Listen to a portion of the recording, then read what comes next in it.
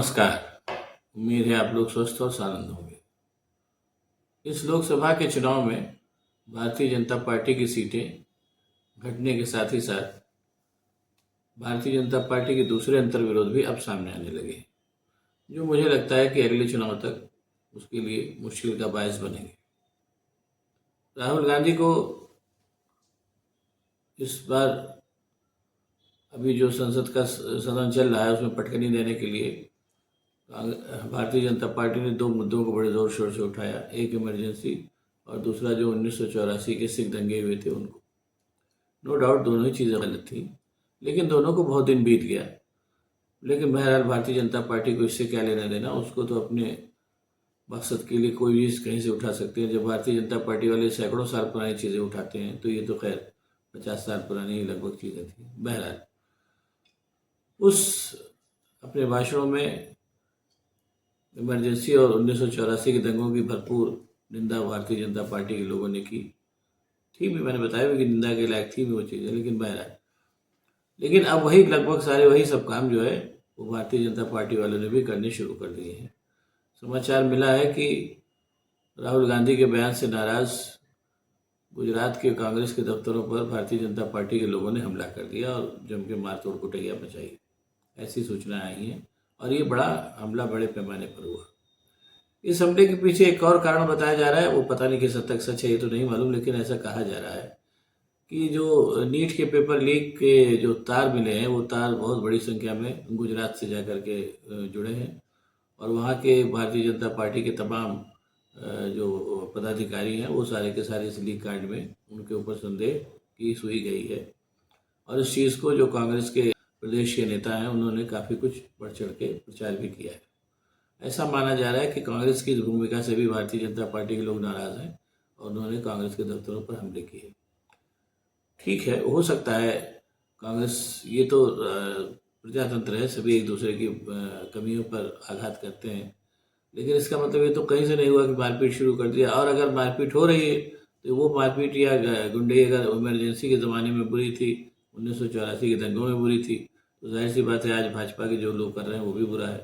कालांतर में इतिहास इसका भी जिक्र करेगा और भारतीय जनता पार्टी के लोग भी काफ़ी इसी मामले में खरी खोटी सुनेंगे।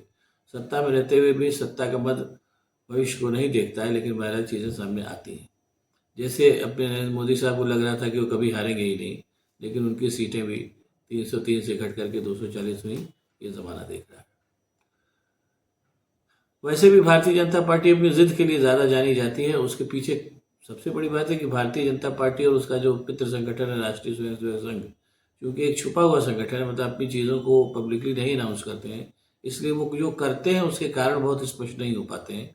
उसके कारण वही जान सकते हैं या जो लोग उसको जानते हैं वो जानते हैं। जैसे मणिपुर के दंगे, मणिपुर के जो दंगे हुए उसमें एक बात और ज़ोर शोर से सामने आई है कि मैंने शायद पहले भी आप लोगों को बताया होगा कि पूरा जो नॉर्थ ईस्ट है, नॉर्थ ईस्ट एक ऐसा राज्य है, मतलब इस वहाँ का हिस्सा है भारतीय गणतंत्र का, जहाँ पर ईसाई धर्म का बहुत बोलबाला है। और उसका कारण ये है कि नॉर्थ ईस्ट में जब अंग्रेज़ थे तो ईसाई मिशनरियाँ वहाँ पर खूब जाती थी और उन्होंने वहाँ के आदिवासियों के बीच में बहुत काम किया। नतीजा ये है कि वहाँ के आदिवासियों के बीच में आदिवासियों के बीच में ईसाई धर्म बहुत फैला पूरा है। और आप कभी आप उधर जाएंगे भी आप अगर, तो आप देखेंगे वहाँ आपको चर्च बड़ी संख्या में मिलेंगे। और बहरहाल मतलब नटशेल ईसाइयों का वहाँ बहुत बड़ा बोलबाला है और आदिवासियों की बहुत बड़ी संख्या जो है ईसाई धर्म में कन्वर्ट हो गई। उनको सबक सिखाने के लिए मणिपुर का दंगा आयोजित कराया गया, ऐसा कहा जाता है। पता नहीं किस हद तक सही है तो नहीं मालूम, ताकि जो है वो उनको वहाँ के ईसाइयों पर, जो ईसाई और प्लस जो आदिवासी दोनों हैं, उन पर जो है वहाँ के जो सवर्ण हिंदू जातियाँ हैं उनका दबदबा बना रहे। इस चीज़ को दर्शाने के लिए वहाँ पर ये दंगा कराया गया। ऐसा कहा जा रहा है कि जो हिंदू हैं मणिपुर में, उन्होंने वहाँ के जो दलित और क्या नाम है आदिवासी हैं उन पर जम के आक्रमण किया, ऐसा कहा जा रहा है। ऐसी चीज़ें सामने आ रही हैं और इसी वजह से अपने नरेंद्र मोदी साहब जो है वहाँ नहीं जा रहे हैं, क्योंकि ऐसा लोग कहने वाले लोग कह रहे हैं कि ये दंगा जो है वो भी उसी तरीके से गुजरात के तरीके से ही किया गया, जैसे गुजरात में हिंदू मुसलमानों का दंगा करा करके कोई एक प्रयोग किया गया, उसी तरीके का प्रयोग यहाँ भी किया जा रहा है, ऐसा कहा जा रहा है। किस हद तक सही नहीं मालूम, लेकिन अपने नरेंद्र मोदी वहाँ न जा करके इस थ्योरी को थोड़ा सा मतलब वही दे रहे हैं, इस पर हवा ही दे रहे हैं कि शायद ऐसा हो। और वो बात इस हद तक बढ़ी कि जब वहाँ से इस बार भारतीय जनता पार्टी की वहाँ पे हिम्मत ही नहीं पड़ी कैंडिडेट उतारने की। कांग्रेस के जो 2 कैंडिडेट जीत के वहाँ पहुँचे, उनमें से एक को संसद में बोलने ही नहीं दिया गया। हालांकि उसने बहुत क्या नाम है अपनी बात कहनी चाहिए।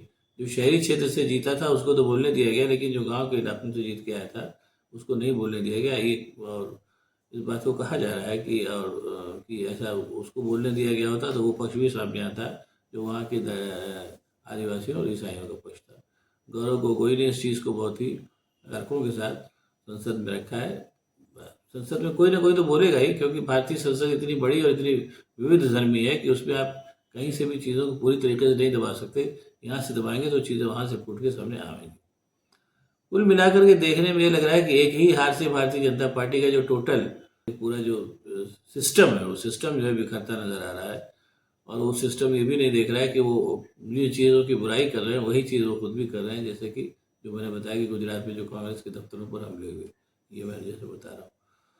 और कहीं ना कहीं एक बात और कह के पे भी बात ध्यान जाना चाहिए कि कहीं ना कहीं भारतीय जनता पार्टी और राष्ट्रीय स्वयंसेवक संघ जो है, ये मैं हालांकि इसको मैं पूरी कॉन्फिडेंस से नहीं कह सकता, लेकिन जो चीज़ें सामने आती हैं उनको कहना पड़ता है कि कहीं ना कहीं से भारतीय जनता पार्टी और राष्ट्रीय स्वयंसेवक संघ जो है, दोनों ही जो है अडानी अंबानी सरीखे जो इंडस्ट्रियलिस्ट है उनके चंगुल में फंस चुका है। और उन्हीं की क्या नाम है जो उनके लिए जो चीज़ ज़रूरी है उसी को कर रहा है।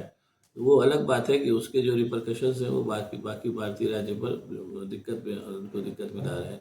जैसे कि लोगों के पास जब आप पूरी की पूरी तरीके से अडानी अडवाणी और जो दूसरे सरमाएदार हैं उनके पक्ष में नीतियाँ बनाएंगे तो जाहिर सी बात है जो जो बाकी हिस्सा है वो बाकी हिस्सा जो है कहीं ना कहीं से नुकसान भी आएगा ही। उसी के नतीजा है कि नौकरियां वोकरियां जो है सब बहुत कम होती जा रही है, रोजगार के अवसर कम होते जा रहे हैं। भाई अडानी अंबानी कितनों को रोजगार देंगे? नंबर एक, अब वैसे भी अडानी अंबानी उस किस्म के इंडस्ट्रियलिस्ट हैं जो कुछ बनाते नहीं है, खाली यहाँ का सामान ला के वहाँ बेचते हैं। इससे में जो जॉब की अपॉर्चुनिटीज़ है उनके पास भी बहुत ज़्यादा नहीं है।